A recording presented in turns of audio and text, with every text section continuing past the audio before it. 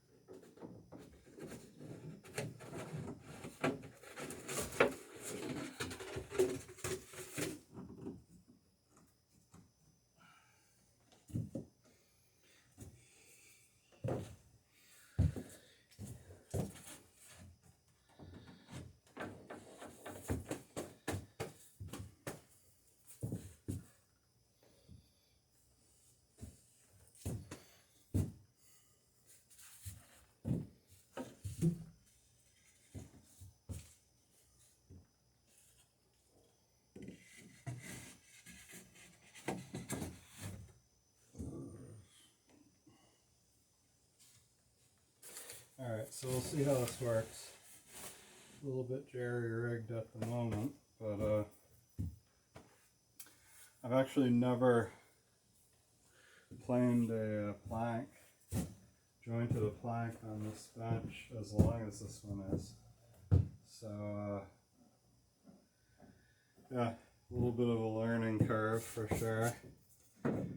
When when I built the last alpha, I didn't have this bench up, so didn't have access to it anyway. So.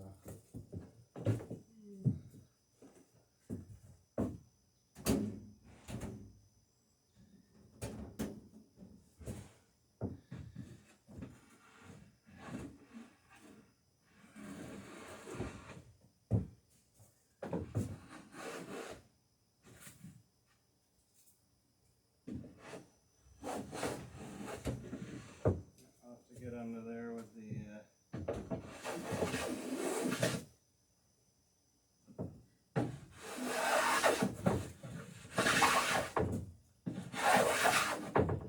have to get under there with the little low angle plane.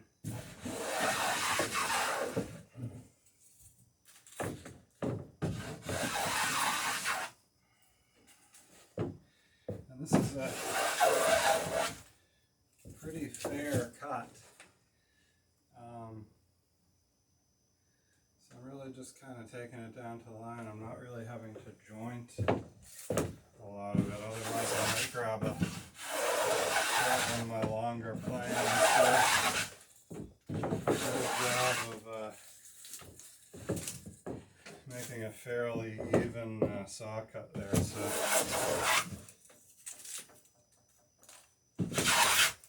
I'm trying to go down over the grain.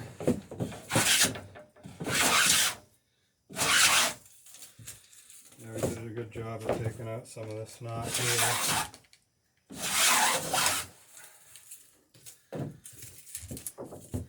And eliminated most of this knot here.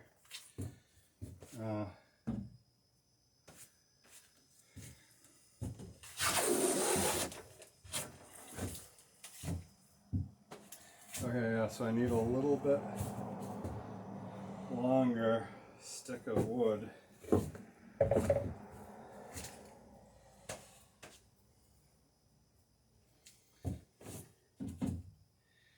need something that's about this long.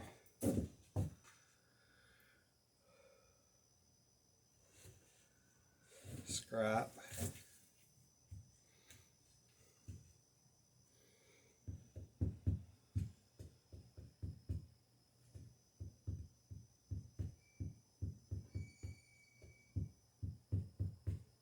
Well, I'll see what I can find.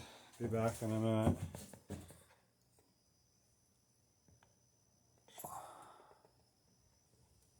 Alright, found a piece of wood that'll work. So I just got it wedged in here to hold the plank off of the side of the shop, because the plank's actually longer than the bench. So yeah, I can show you when it's going past the wall here. I've just got it blocked off the wall so that I can continue playing on right down to the end. Not that I'm going to use this whole end.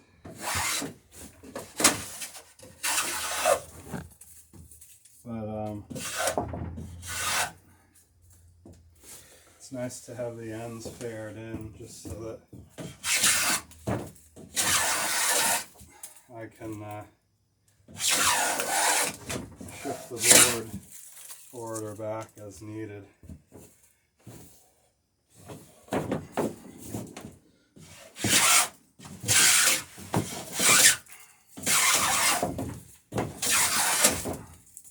Got to take off a little bit more meat along here where the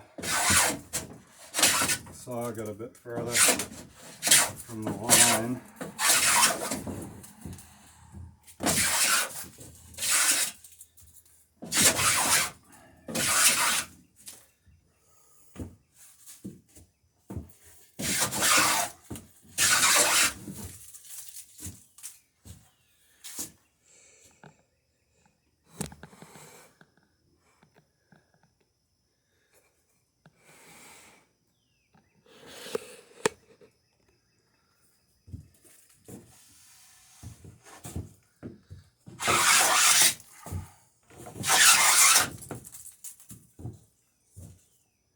right down to the line, all along here. A little bit above the line here.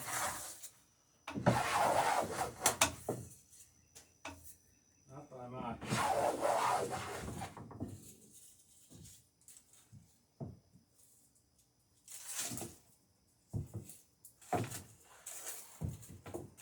And yeah, when I cut into the scarf joint, the glue joint is nice and tight along the scarf, so that's a good sign.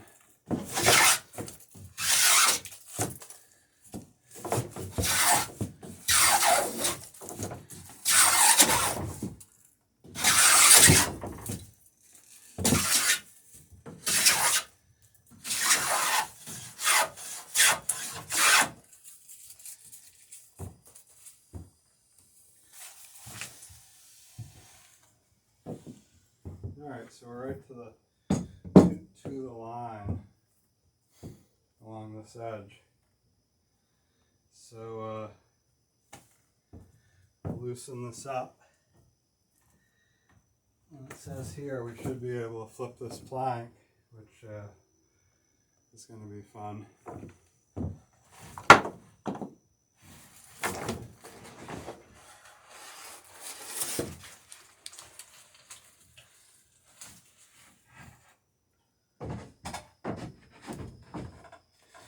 Caught it in the thumb down there.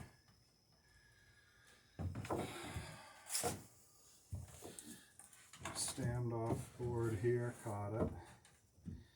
So yeah. Well, that was far less dramatic than I was thinking it would be. Maybe don't talk too soon. I got the whole thing clamped in place, but not bad.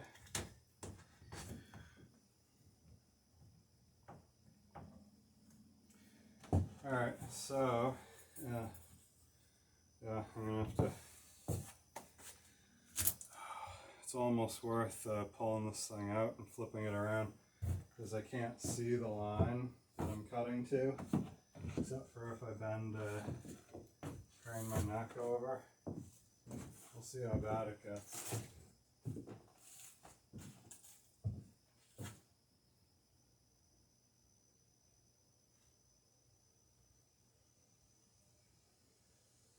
Really not a lot to do here. I am going to get the longer plane.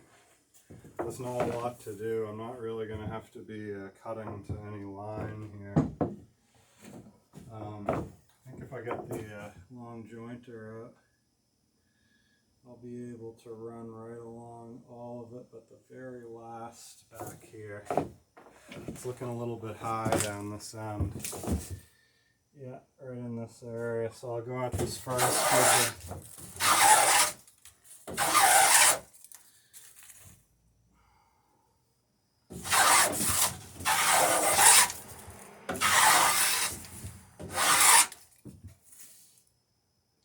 this is long enough where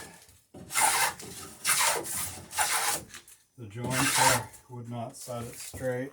This is a long enough curve. So I'm just kind of taking it down to straight here. Close to straight, and then the jointer is going to smooth everything else up.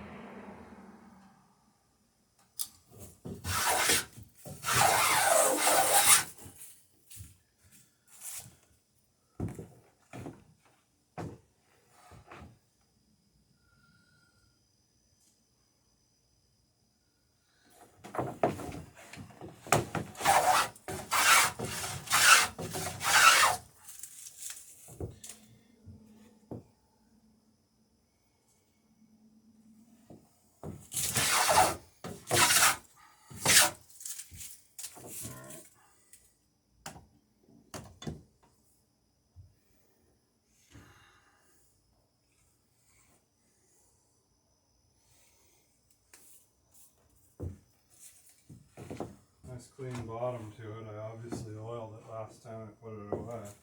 Last time I used it. Yeah.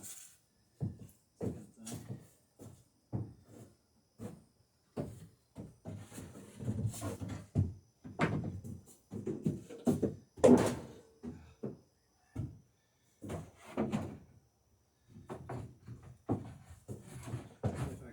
just to wedge the board in place.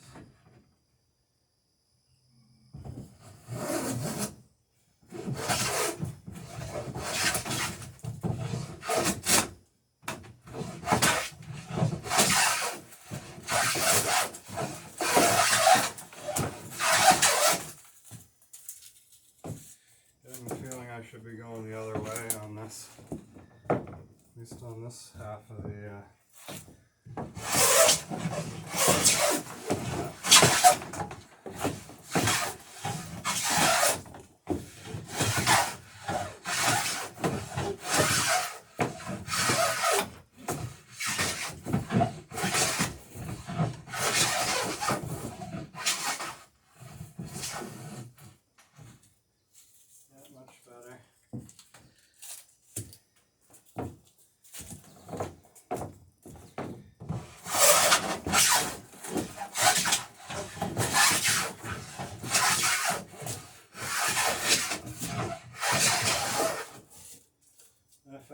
point I'm feeling the sole of this plane rocking, I'll go back over that section. Yeah, try this way on this one too.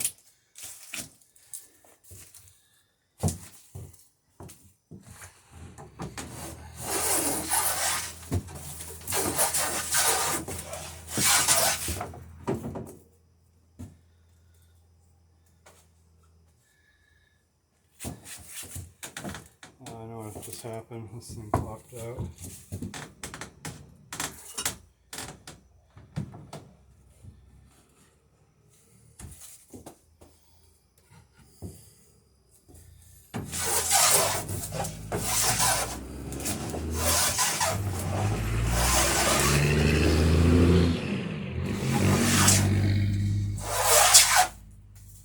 Yeah, it's not terribly hot today, but it certainly is humid.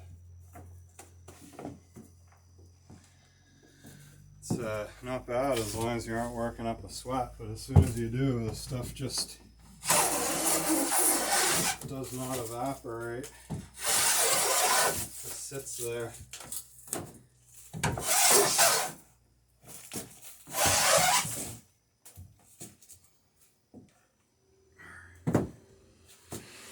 let's get a cycle on this thing and see how it looks. We're quite close to the line, so all those wiggles that I could see with my eye are gone now.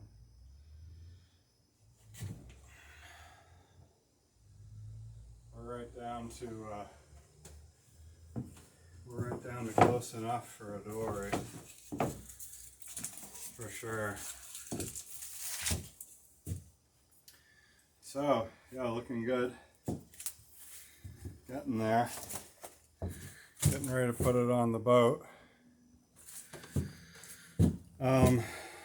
Next thing to do would be to break the edges on this, and then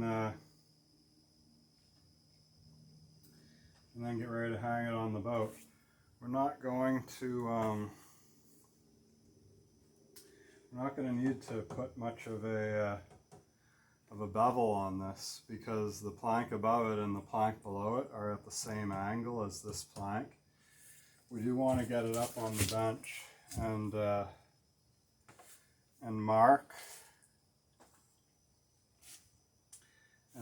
the overlap inside and outside of the next set of planking. And yeah, then we'll be ready to hopefully be ready to put it on the boat. So first thing I'll do is get this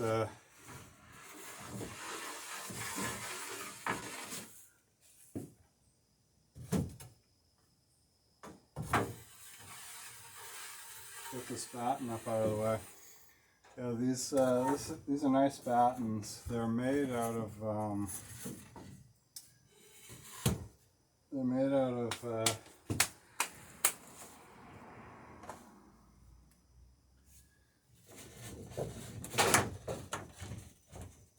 cedar.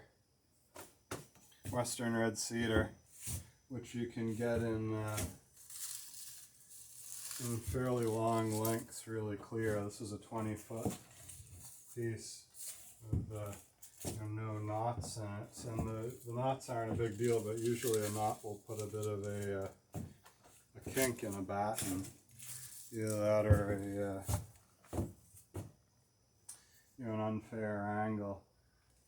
It's not so much a problem in planks for some reason, but battens, they'll definitely put a hard spot in the batten where it doesn't bend fair.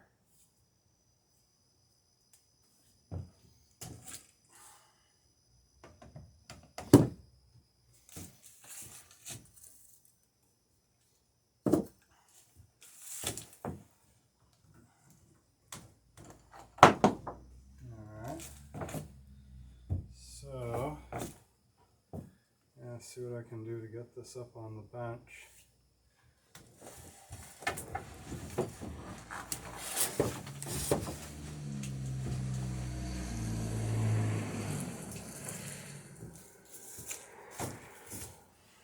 Yeah, it's definitely not going to fit on the planking bench all the way, just because of the length of it. So I think what I can do is get a stick on here.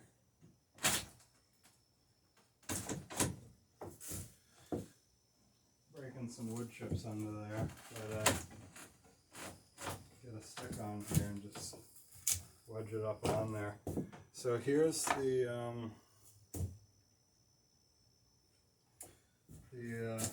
lap scribe. So make sure that this is set to the right depth first off, just in case.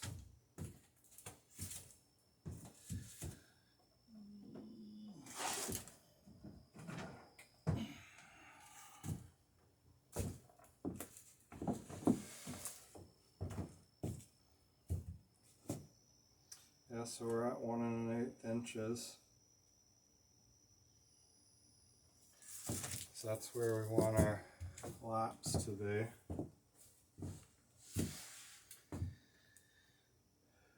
Now, so the inside is under here, inside of the boat.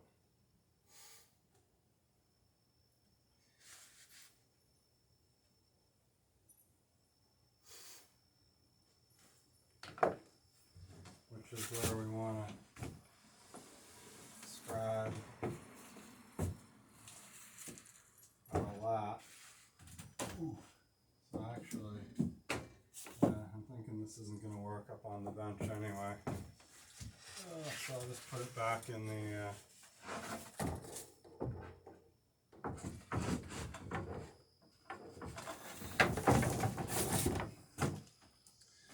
back in here. Yeah, there we go.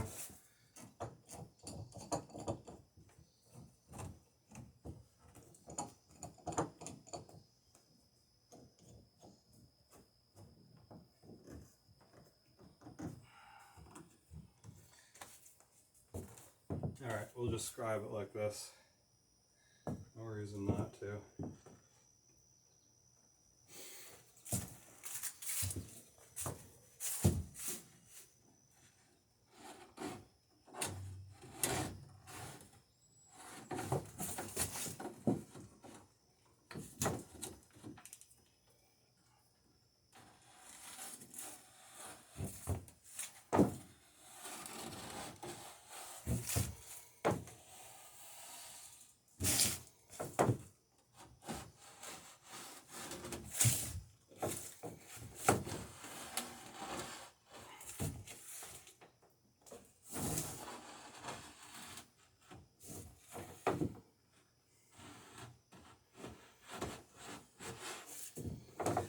Making sure that this scribe stays vertical and tight to the plank edge.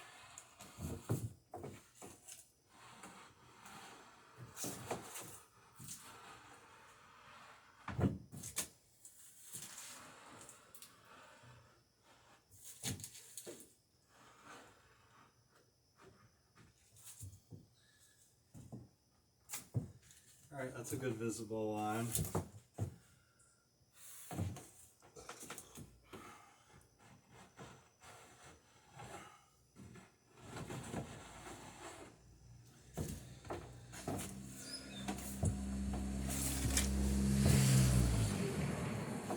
That'll give us a good line to set the plank at.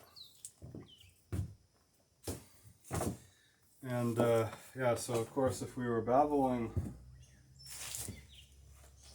each face, then it's now that we'd put another scribe line on this top edge and bevel this plank to meet with the other plank, which is just what we did on the plywood garboard. Now we did that because the garboard's at one angle, and then this plank is up on the garboard on the bottom, and it's on the frame at the top. So it's going to be at a slightly different angle than the garboard is. It's at a steeper angle. But we beveled the garboard so we can just lay this flat on. Now some folks will bevel both sides of a lap, so they'll bevel the plank that's going on and the plank that's already on the boat. You don't end up with as proud of a lap joint, which is great if you're, you know, say you're lap strake planking some sort of a little gunning skiff or something, for ducking or for even for fishing. You'll end up with a quieter boat. But you know, if you're building for something that's going to be like a racing boat for sailing at speed, there's you know, there's some debate as to whether the laps lift or not. I have a feeling that they do, and they definitely throw spray. So if you're using it recreationally, and you want a drier boat, you know, a full width lap is going to knock down a lot of spray that might otherwise find its way up and over the rail and, you know, into the face of your mother-in-law or whoever else is aboard with you. So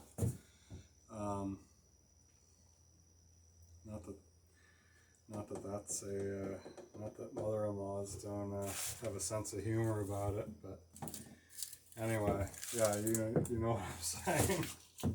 So yeah, this is the way we do it, and it seems to work out. So